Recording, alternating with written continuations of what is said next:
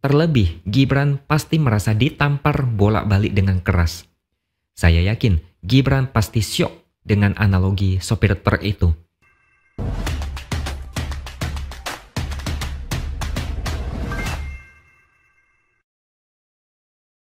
Halo, bertemu lagi dengan saya, X Hardy di Opini Seaword.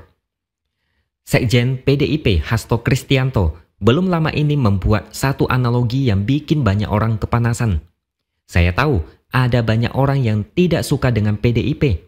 Lumayan banyak orang yang tidak suka dengan Hasto karena suka menyerang dengan keras, termasuk ketika dia membuat analogi sopir truk. Hasto mengatakan seorang pemimpin harus punya kedewasaan.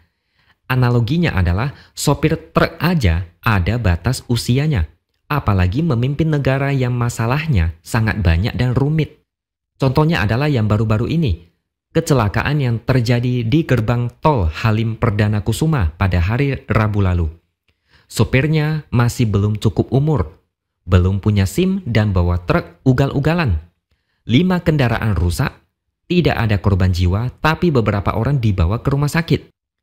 Analogi ini kemudian dikaitkan dengan putusan MK nomor 90 tahun 2023 yang mengubah usia minimum capres-cawapres, sehingga Gibran bisa mencalonkan diri sebagai cawapres. Padahal Gibran dianggap belum cukup berpengalaman untuk menjadi pemimpin di tingkat nasional yang akan menghadapi banyak masalah, misalnya masalah ekonomi, sosial, geopolitik, hingga kemiskinan. Kira-kira analogi ini menurut kalian salah enggak? Analogi ini bagi sebagian orang tidaklah salah. Usia seringkali dikaitkan dengan kematangan berpikir dan emosi. Yang paling penting adalah aturan itu sendiri. Ada aturan minimum usia capres-cawapres adalah 40 tahun. Itu adalah aturan yang terdapat dalam konstitusi yang harus dipatuhi oleh siapapun tanpa kecuali. Tapi sayangnya ada yang melanggar. Ada yang terang-terangan mengakali aturan itu dengan penambahan satu syarat tambahan. Menurut beberapa orang, analogi ini benar meskipun agak terlalu ekstrim.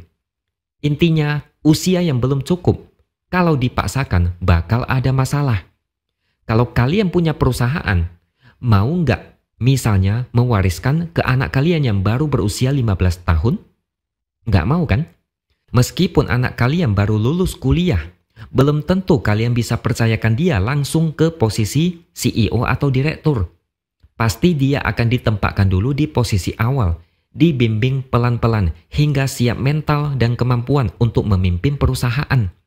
Masalah negara lebih rumit, tapi kenapa harus memaksakan seseorang yang belum cukup usia secara aturan?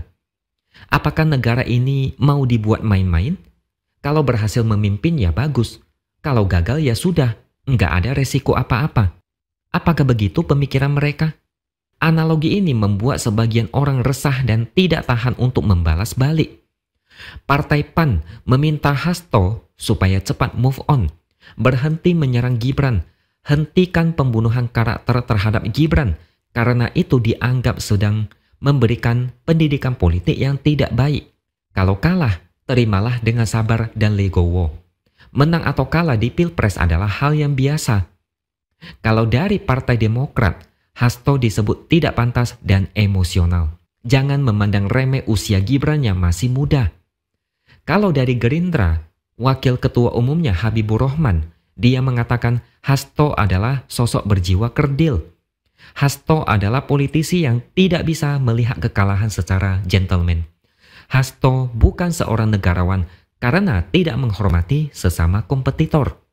Kalau dari pihak Golkar, mereka menilai Hasto sudah sangat keterlaluan, diskriminasi usia dan merendahkan martabat Gibran. Hasto diingatkan untuk tidak menghujat Gibran sebagai wakil presiden yang dipilih oleh rakyat. Kalau dari Nusron Wahid, dia bilang pemilu sudah selesai, tidak perlu lagi menanggapi pihak yang kalah yang sedang cari alasan untuk nyinyir. Saya kali ini sangat yakin hubungan antara PDIP dan keluarga Jokowi sudah berakhir. Mungkin sudah tidak memungkinkan memperbaiki rusaknya hubungan mereka. Analogi yang dibuat oleh Hasto ini adalah bukti kalau PDIP sangat kesal dengan apa yang terjadi di dunia politik sekarang ini. PDIP pasti sangat marah karena aturan usia capres-cawapres diubah dengan seenaknya. Bahkan Hasto mengatakan PDIP merasa khilaf ketika mencalonkan Gibran sebagai calon wali kota Solo karena mereka dulu mengakui kemajuan yang dilakukan oleh Jokowi. Apa yang diucapkan Hasto ini bisa diartikan sebagai perang secara halus kepada Jokowi dan Gibran. Bagi sebagian orang, mungkin PDIP dianggap kekanak-kanakan, tidak sportif menerima kekalahan, merengek terus seperti anak kecil. Tapi, kalau melihat apa yang dialami PDIP terkait dengan ketidakadilan demokrasi, PDIP sepertinya berhak kesal dan marah. PDIP juga seolah mau menegaskan partainya akan menjadi oposisi dan tidak sudi bergabung dengan pemerintahan Prabowo jika diajak. Dan dengan situasi saat ini, sepertinya kubu Paslon 02 juga tidak akan mengajak lagi. Terlebih, Gibran pasti merasa ditampar bolak-balik dengan keras. Saya yakin Gibran pasti syok dengan analogi sopir truk itu. Tapi memang beginilah hubungan PDIP dan keluarga Jokowi saat ini. Sangat renggang, mungkin sudah putus. Dulu Jokowi dan PDIP itu seperti satu paket. Sekarang keduanya seperti berpisah sangat jauh meskipun Jokowi sampai detik ini belum menyatakan atau dinyatakan tidak lagi menjadi kader PDIP. Siapapun tahu, Jokowi sudah berada di luar PDIP. Apalagi ada rumor Jokowi sedang mengincar kursi ketua umum Partai Golkar.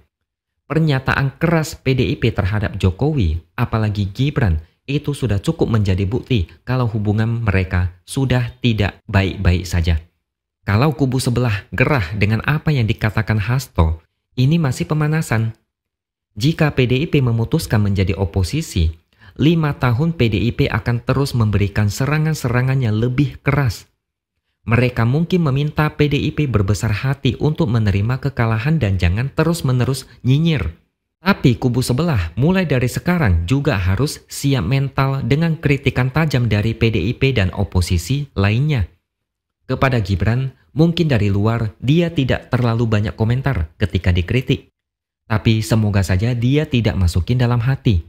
Semoga dia bisa membuktikan usia muda tidak menjadi masalah untuk menghasilkan prestasi.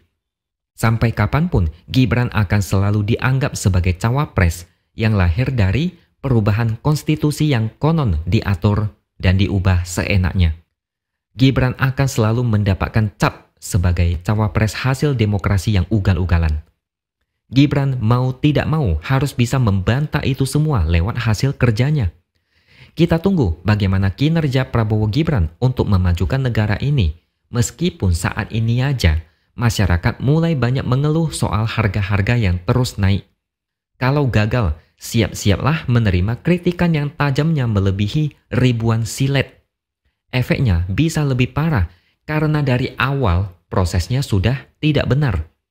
Oke, sampai di sini dulu opini dari saya. Subscribe channel ini supaya makin berkembang dan jangan lupa tuliskan komentar Anda. Terima kasih sudah menonton dan sampai jumpa lagi di lain kesempatan.